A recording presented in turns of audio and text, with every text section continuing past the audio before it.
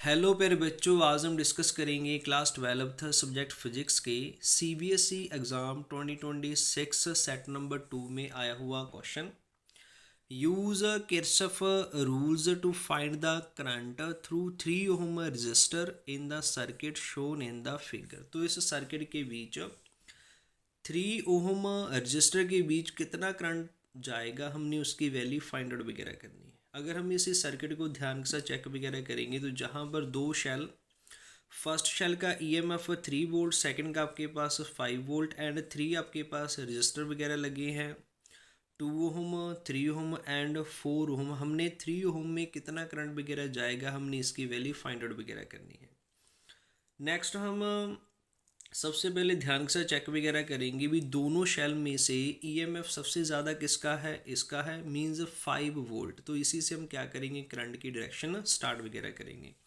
Consider कर लेते हैं जे करंट कितना सेंड करेगा, सर्किट में करंट आई सेंड करेगा और इधर से आपके पास करंट आई पास होता हुआ आपके पास एड पॉइंट ई पर आ जाएगा और एट पॉइंट ई के ऊपर जो करंट वगैरह होगा कंसीडर कर लेते हैं डिवाइड हो जाएगा। 3 ओम में कितना करंट जाएगा आपके पास I1 और इसमें आपके पास कितना करंट जाएगा I2 और जे वाला पास वगैरह होता हुआ जहाँ पर आएगा दिस इज आपके पास I2 और जे वाला इधर से निकल कर जहाँ पर आपके पास I2 आएगा और इसमें से I1 पास करता हुआ आपके पास जहाँ पर I1 पास करके जहाँ पर आ जाएगा एट पॉइंट बी के ऊपर, तो I1 प्लस I2 कंबाइन वगैरह होकर इसमें आपके पास कितना करंट जाएगा, करंट आई जाएगा। नेक्स्ट हम किरचॉफ का सेकंड रूल अप्लाई करेंगे। नेम होता है आपके पास किरचॉफ वोल्टेज लॉ। तो उसके लिए हमें एक क्लोज्ड लूप वगैरह चाहिए, तो उसके लिए हम कंसीडर कर लेते हैं ABEFE।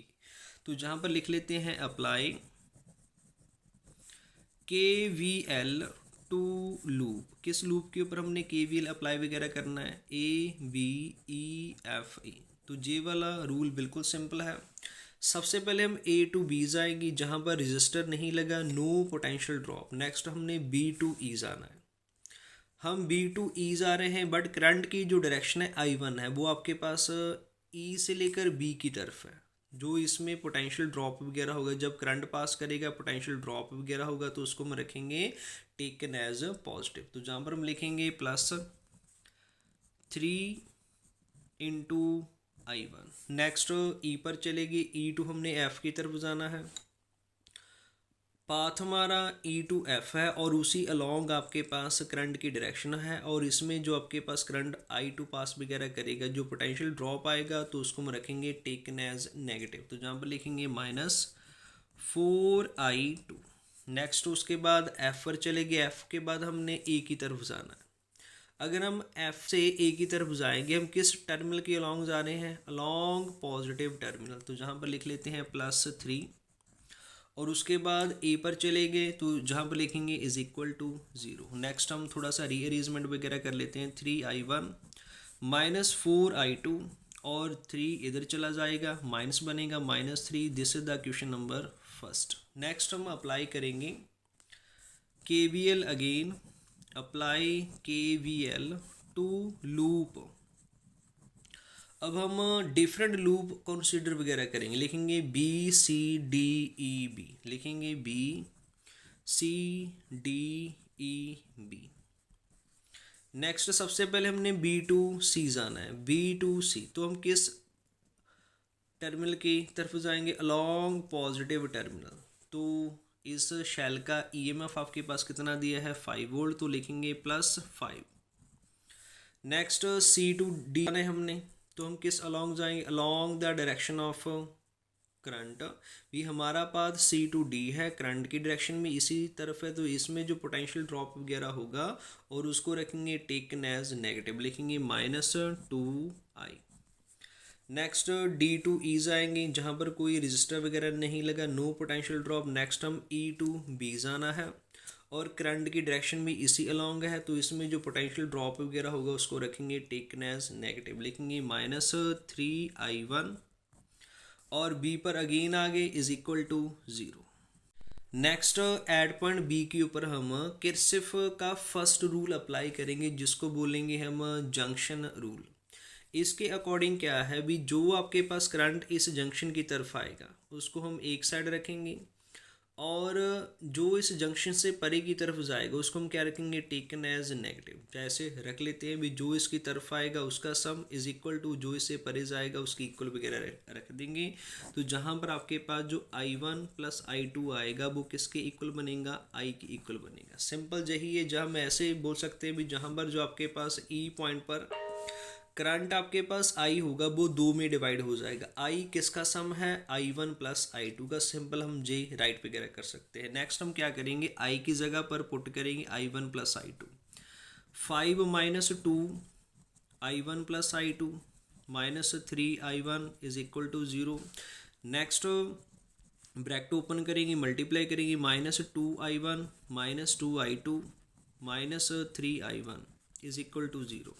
Next minus 2 I1 and minus 3 I1, जी कितना बनेगा आपके पास 5 I1 माइनस 2 I2, और 5 इधर चलकर माइनस बनेगा। नेक्स्ट माइनस के साथ मल्टीप्लाई वगैरह करेंगे, कितना बनेगा 5 I1 प्लस 2 I2 और is equal to 5। This is the equation number आपके पास 2।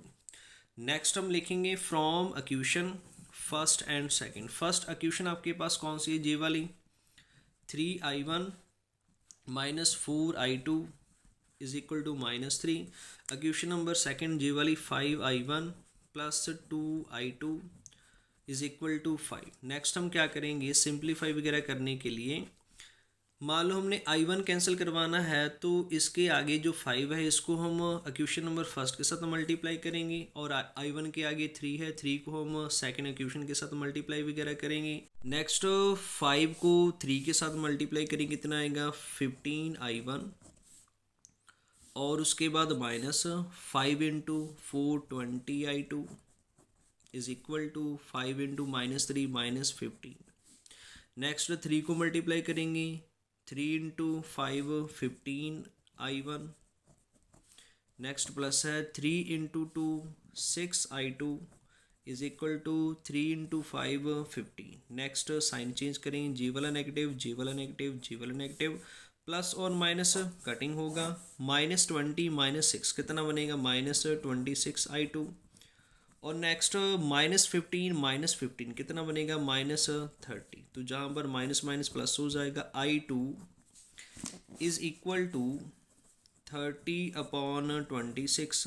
नेक्स्ट 2 के टेबल पर कटिंग करेंगे, कितना बनेगा 15, और लोअर आपके पास बनेगा 13। I2 की वैल्यू आपके पास कितनी आएगी 15/13 एम्पियर।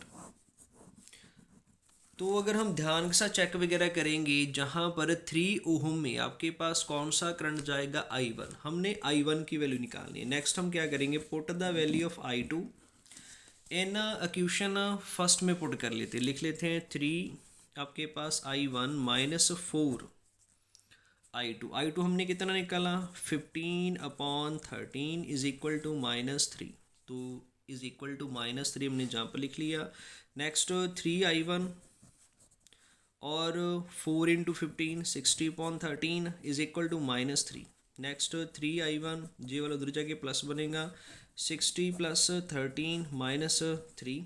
नेक्स्ट आपके पास 60/13, तो इधर मल्टीप्लाई करेंगे, क्रॉस मल्टीप्लाई, तो कितना बनेगा माइनस 39, और जहाँ से सब्ट्रैक्ट वगैरह करेंगे कितना बनेगा 21/30। तो जहाँ से आपके पास 3 I1 इज इक्वल टू 21/13।